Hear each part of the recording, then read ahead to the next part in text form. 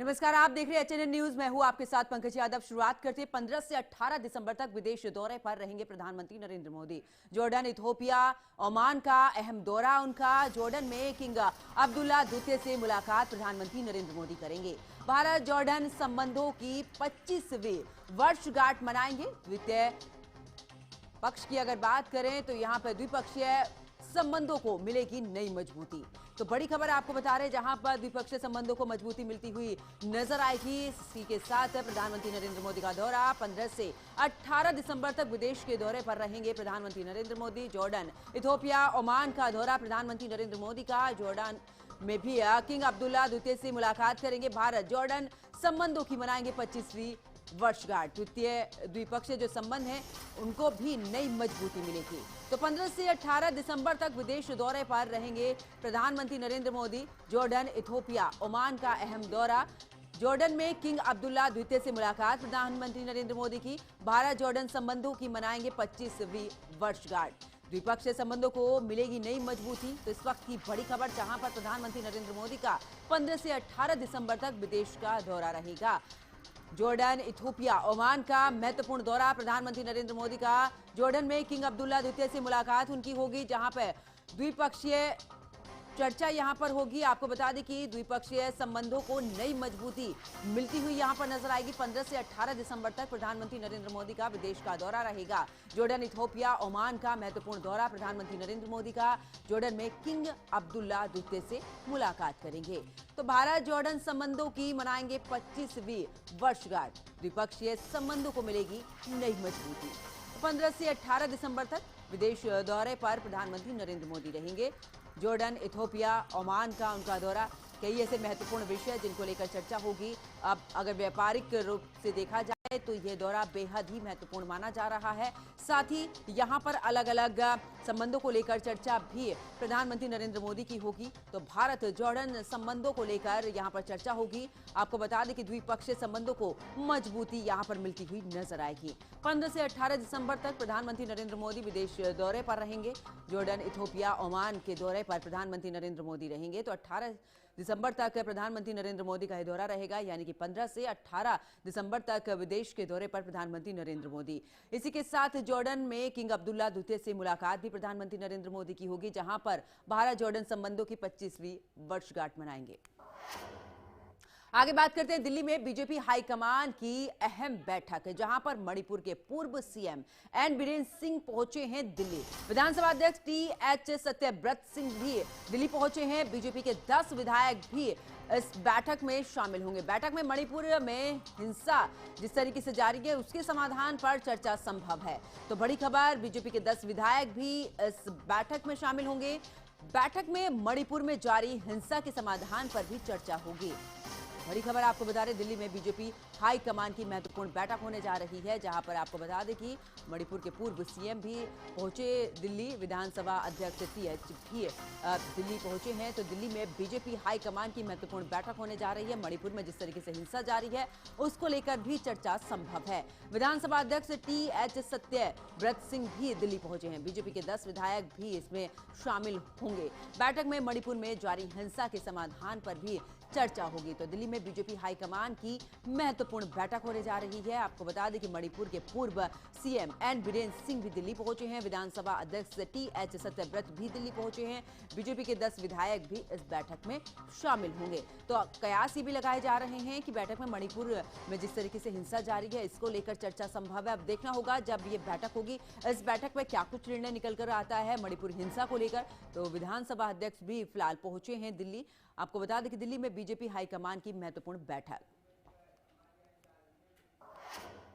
अब आगे बात करते हैं, जहां पर यूपी बीजेपी प्रदेश अध्यक्ष का आज होगा ऐलान। नामांकन के बाद कई दिग्गजों का नाम रेस में आगे है। पंकज चौधरी की बात करें तो ये इस नाम की चर्चा सबसे तेज यानी कि सबसे आगे चल रही है। कयास भी लगाए जा रहे हैं कि अगला प्रदेश अध्यक्ष पंकज चौधरी हो सकते हैं। यूपी बीजेपी प्रदेश अध्यक्ष पर आज जो ऐलान हो सकता है, नामांकन के बाद कई दिग्गजों के नाम रेस में आगे चल रहे हैं, लेकिन सबसे आगे जो नाम चल रहा है वो पंकज चौधरी का चल रहा है। यूपी बीजेपी प्रदेश अध्यक्ष पर आज ऐलान हो जाएगा।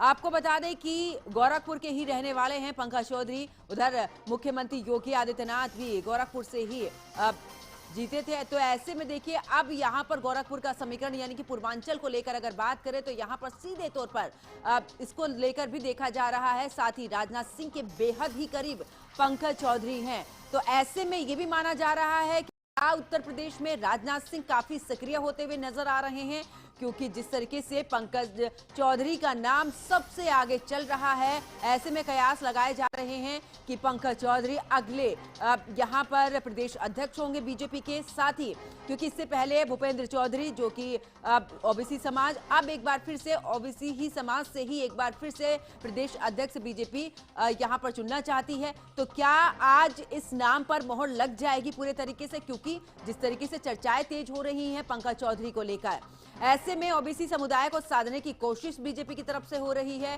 क्योंकि बीजेपी चाहती है कि जब जब ओबीसी समुदाय किसी एक पार्टी की तरफ गया है तो जीत हमेशा ही उसी पार्टी की हुई है। तो क्या पंकज चौधरी का प्रदेश अध्यक्ष बनना बीजेपी के लिए एक बड़ी रणनीति तय हो सकता है? ज्यादा जानकारी के लिए हमारे संवाददाता पुनीत मोहन हमारे साथ में जुड़ चुके हैं। पुनीत, पंकज चौधरी का नाम सबसे तेज पहले से ही चल रहा है। ओबीसी समाज को लेकर भी पहले ही कह दिया गया था कि अगला प्रदेश अध्यक्ष जो होगा वो ओबीसी से ही होगा। देखिए पंकज, इसके दो फैक्टर हैं। एक तो ओबीसी और एससी समाज के जो वोट परसेंटेज है वो यूपी में ज्यादा है। एससी और ओबीसी समाज के लोग अगर एक हो जाएं तो यूपी में सरकार बनाते और गिराते हैं। दूसरी बात, लोकसभा के पिछले चुनाव में पूर्वांचल और अवध की सीटों पर भाजपा को भारी नुकसान हुआ था। यानी कि जो भाजपा की सीटें थी वो पिछले लोकसभा चुनाव में बीजेपी हार गई थी, वहां पर समाजवादी पार्टी की जीत हुई थी। ऐसे में पूर्वांचल की से एक मजबूत एससी ओबीसी वर्ग में मजबूत नेता ढूंढा जा रहा था जिसकी मजबूत पैठ हो और पंकज चौधरी के नाम पर मोहर लगी। पंकज चौधरी पूर्वांचल के कुर्मी समाज के एक बड़े नेता हैं, 7 बार के सांसद हैं, वरिष्ठ नेता हैं, बीजेपी के कई पदों पर रहे हैं, पीएम मोदी और अमित शाह के भी खास हैं।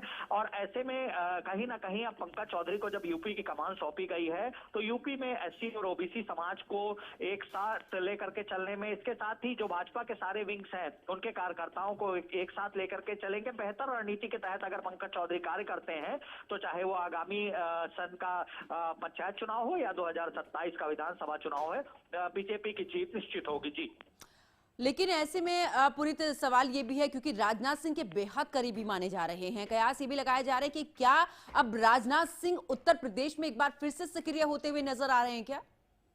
देखिए, यूपी देश की वो धरती है जहां पे काशी से सांसद हैं देश के पीएम मोदी, लखनऊ से सांसद हैं रक्षा मंत्री राजनाथ सिंह, तमाम बड़े नेता यूपी की धरती से हैं। ऐसे में कहीं ना कहीं यूपी मजबूत सीट है। और एक बात ये भी कही जाती है कि दिल्ली की गद्दी का रास्ता यूपी से होकर के जाता है, क्योंकि सबसे ज्यादा लोकसभा की सीटें यहाँ पर हैं। 2027 का विधानसभा का जो चुनाव है उसमें सीधी टक्कर समाजवादी पार्टी के साथ होगी, क्योंकि पिछले लोकसभा चुनाव में समाजवादी पार्टी की सीटें बढ़ी थी और बीजेपी को अपनी पैतृक सीटों पर भी नुकसान हुआ था। वो सीटें भी हारनी पड़ी थी जिसमें बीजेपी लगातार जीतती हुई आई थी। अगर मैं बात करूं तो अंबेडकर नगर की सीट हो गई, अयोध्या की सीट हो गई, ये मूलतः ऐसी सीटें थी जो बीजेपी की कोर वोट बैंक सीट कही जाती थी, लेकिन यहां पर हार का सामना करना पड़ा था। अब ऐसे में इन सीटों को मजबूत करने के लिए पंकज चौधरी को कमान दी गई है।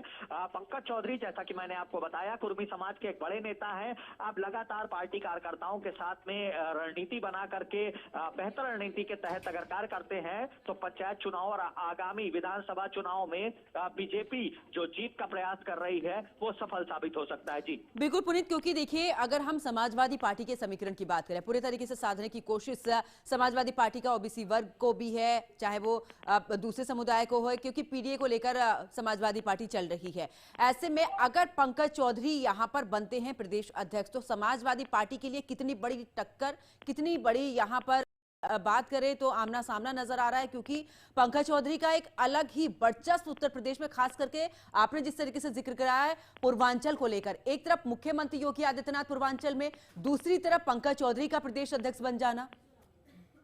देखिए, अखिलेश यादव पीडीए का फॉर्मूला लेकर के जरूर चल रहे हैं, लेकिन एक बड़ा कुर्मी चेहरा या बड़ा एसटी ओबीसी समाज से चेहरा समाजवादी पार्टी में ऐसा नहीं है जो पंकज चौधरी से सीधे टक्कर ले सके, क्योंकि पंकज चौधरी कुर्मी समाज के बड़े नेता हैं। जैसा कि मैंने आपको बताया कि 7 बार के सांसद हैं महाराजगंज सीट से, और ऐसे में अगर पंकज चौधरी बीजेपी के प्रदेश अध्यक्ष बनते हैं तो अवध की जो सीटें हैं, इसमें कई लोकसभा की सीटें आती हैं, कई विधानसभा की सीटें आती हैं, और जो पूर्वांचल क्षेत्र की सीटें हैं इनमें खासा असर दिखाई देगा। पंचायत चुनाव जब होंगे तो इस बात का जो सेमीफाइनल रिजल्ट है वो सामने आ जाएगा कि बीजेपी ने अगर पंकज चौधरी को प्रदेश अध्यक्ष बनाया है तो उसका कितना लाभ मिला है। हालांकि समाजवादी पार्टी का व्यक्तित्व है कि पंकज चौधरी बने या कोई भी बने, समाजवादी पार्टी पीडीए का फॉर्मूला लेकर के चल रही है और 2027 में सरकार बनाएगी, लेकिन पंकज चौधरी के बीजेपी प्रदेश अध्यक्ष बनने से समाजवादी पार्टी के लिए मुश्किलें बढ़ सकती हैं। जी पंकज।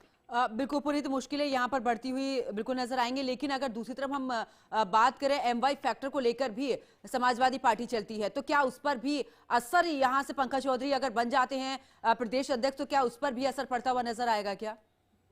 जी बिल्कुल, देखिए, चाहे वो कोई भी फॉर्मूला लेकर के राजनीतिक दल चल रहा हो, चाहे वो समाजवादी पार्टी हो, चाहे वो कांग्रेस हो, सब कहीं ना कहीं एससी और ओबीसी वोट बैंक को साधना चाहते हैं, क्योंकि जैसे कि मैंने आपको बताया कि यूपी में एक बड़ा वोट परसेंटेज है एससी और ओबीसी का। ऐसे में पंकज चौधरी का अगर नेतृत्व बेहतर रहा, अगर रणनीतियां बेहतर रही, तो सत्ताधारी दल है बीजेपी, सरकार की जो नीतियां हैं वो जन जन तक पहुंची, प्रदेश सरकार या केंद्र सरकार की जो नीतियां हैं वो लोगों तक पहुंचाई गई, तो एक बड़ा बदलाव की उम्मीद है। पंचायत की इनका जो चुनाव होता है वो गांव की सरकारें तय करता है, लेकिन एक बात ये भी सत्य है कि यूपी की विधानसभा की ज्यादातर सीटें ग्रामीण क्षेत्र से हैं। ऐसे में आप इसे सेमीफाइनल के तौर पर देख सकते हैं, और पंकज चौधरी कारगर साबित होते हैं या नहीं, इसे फाइनल के तौर पर देख सकते हैं। हमने बीते समय पर एक पोस्टर देखा था, जब पंकज चौधरी की तरफ से एक पोस्टर लगाया गया था कार्यकर्ताओं की तरफ से, उस पर मुख्यमंत्री योगी आदित्यनाथ की तस्वीर नहीं थी।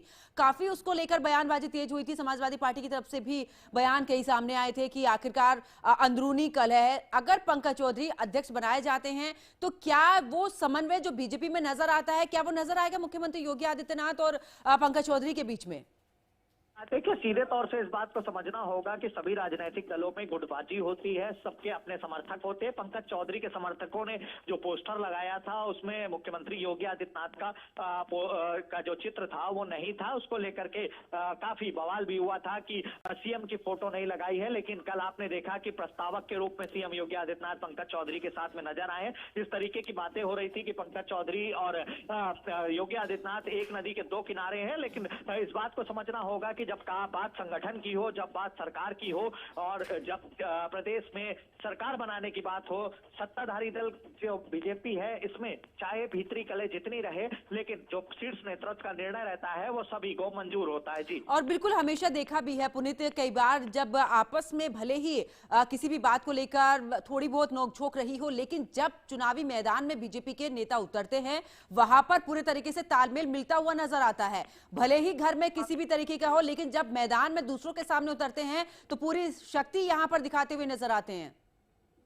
जी बिल्कुल, पंकज, बीजेपी की यही खासियत दूसरे दलों से बीजेपी को अलग करती है, और एक मैसेज होती है राजनीतिक दलों के लिए कि आपसी मनमुटाव बीजेपी में चाहे जितना है, चाहे जितनी गुटबाजियां हैं, लेकिन जब शीर्ष नेतृत्व से कोई आदेश पारित होता है, चाहे किसी को कोई पद दिया जाता है, तो उसका विरोध नहीं होता। देखिए, कई नाम प्रदेश अध्यक्ष की रेस में थे, बीएल वर्मा, साध्वी निरंजन ज्योति, लेकिन जैसे ही पंकज चौधरी के नाम की चर्चा तेज हुई, किसी ने भी अगेंस्ट ने नामांकन पत्र दाखिल नहीं किया। फिर विरोध पंकज चौधरी चुने जाएंगे।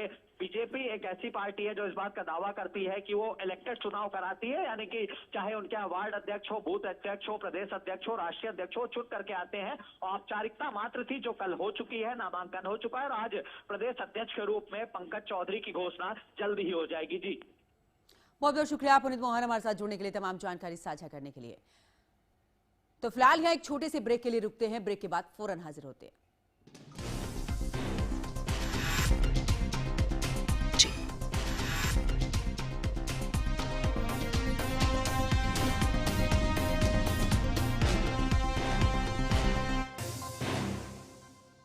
तो ब्रेक के बाद आप सभी का स्वागत है। बढ़ते अगली खबर की तरफ, जहां पर दिल्ली में कई जगहों पर AQI 500 के करीब पहुंच चुका है। दिल्ली NCR की बात करें तो ग्रैब 4 की भी पाबंदियां यहां पर लागू हो चुकी है। रोहिणी में AQI 499 है, बवाना में 498 दर्ज किया गया है। दिल्ली के जहांगीरपुरी में AQI 495 दर्ज किया गया है। अशोक विहार की बात करें तो AQI 493 है, नरेला में 493 दर्ज किया गया है। वजीरपुर में भी AQI 493 है। आनंद विहार की बात करें तो AQI 491 दर्ज किया गया है। कुल मिलाकर अगर बात करें तो दिल्ली में एक बार फिर से प्रदूषण जो है वो बढ़ता हुआ नजर आ रहा है। दिल्ली में कई ऐसी जगह जहां पर AQI 500 के करीब पहुंच चुका है। दिल्ली NCR में ग्रैब 4 की पाबंदियां लागू हैं। रोहिणी में AQI 499, बवाना में भी कुछ इसी तरीके से। दिल्ली के जहांगीरपुरी में AQI 495 दर्ज किया गया है। अशोक विहार की बात करें AQI 493, इसके अलावा वजीरपुर में भी 493। आनंद अगर विहार की बात करें तो 491 दर्ज किया गया है। तो दिल्ली के कई ऐसे इलाके देखिए जहां पर AQI 400 के पार पहुंच चुका है, यानी कि ये गंभीर श्रेणी में आता है।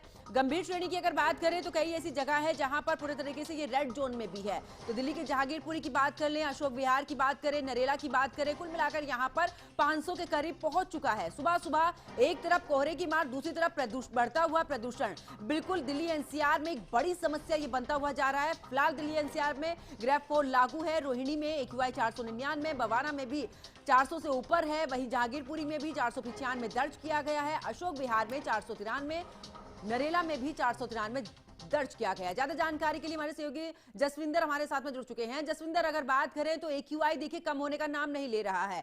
400-500 के बीच का टोटल AQI है, लेकिन कुछ ऐसी जगह है जो कि अभी भी रेड जोन में है।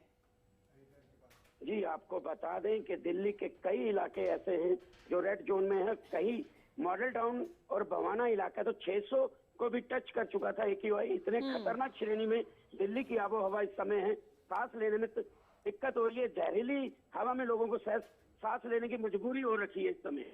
दिल्ली के अंदर जहरीली हवा चल रही है, लोग इससे इतने परेशान हो चुके हैं और सरकार है कोई ठोस कदम इस पर अभी तक नहीं उठा रही है। जसविंदर, सरकार की तरफ से बार बार ये कहा गया था कि अब जो प्रदूषण है, बढ़ते हुए प्रदूषण की वजह जो है वो कोयला जलना है। जो छोटे छोटे व्यवसाय कर रहे हैं वो लोग नहीं मान रहे हैं, उनसे बार बार ये अपील की जा रही है। खुद मुख्यमंत्री रेखा गुप्ता ने भी अपने एक संबोधन में भी कहा था जनता के बीच में जाते हुए कि आखिरकार जो आप देखते हो छोटे छोटे कोयले की जो भट्टियां जलती हैं, उन्हें तत्काल रूप से आप भी उन पर पूरे तरीके से कह सकते हैं, पाबंदियों को लेकर उन्हें बता सकते हैं। ये जिम्मेदारी सभी की है, जिस तरीके से प्रदूषण बढ़ रहा है उसको कम करने की।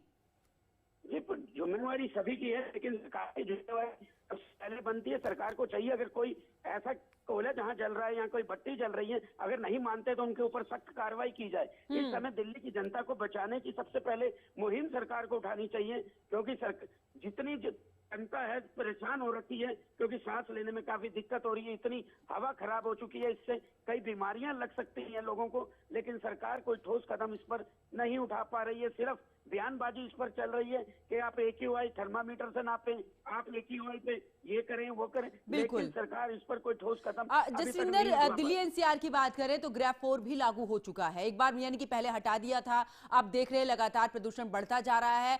प्रदूषण को लेकर नहीं लग रहा कि कोई ठोस कदम उठाए जा रहे हैं। ग्रैब 3 लागू कर दो, ग्रैब 4 लागू कर दो या अन्य पाबंदियां लगा दो, जब तक इस पर ठोस किसी भी तरीके का समाधान नहीं निकलेगा लोगों के लिए समस्या तो बनी रहेगी।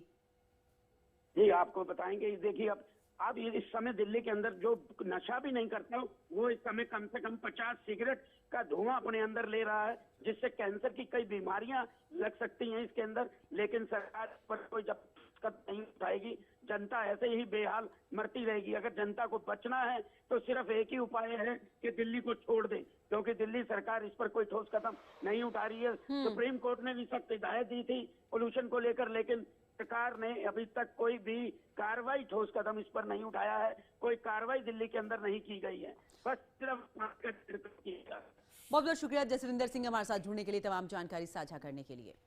फिलहाल इस बुलेटिन में इतना ही। आप देखते रहिए HNN न्यूज। नमस्कार।